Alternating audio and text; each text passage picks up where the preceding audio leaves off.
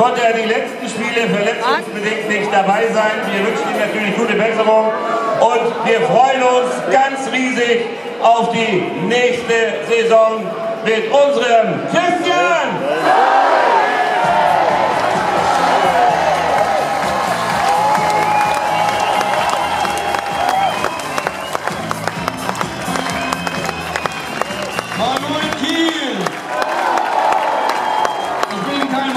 Kein Mann vieler Worte, aber ich habe ein Lied für euch. Ich hoffe, ihr unterstützt mich, weil ich es nicht so gut kenne, aber ich versuche es jetzt einfach mal und ihr singt einfach mit. Es gibt kein Bier auf Hawaii.